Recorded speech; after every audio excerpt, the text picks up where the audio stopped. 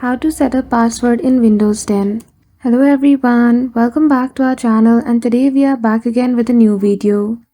So without any delay, let's get into it.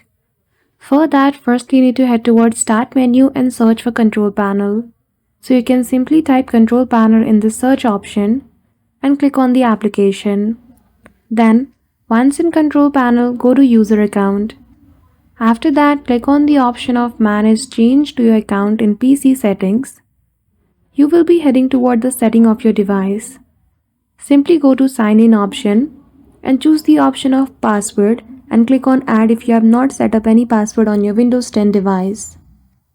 After that, confirm your password by twice and also enter a password hint if you forget in case. After that, click on Next and then you're good to go. So I hope you found this video helpful. If you did, don't forget to give it a thumbs up and subscribe to our channel for such tutorial. Thank you for watching till the end.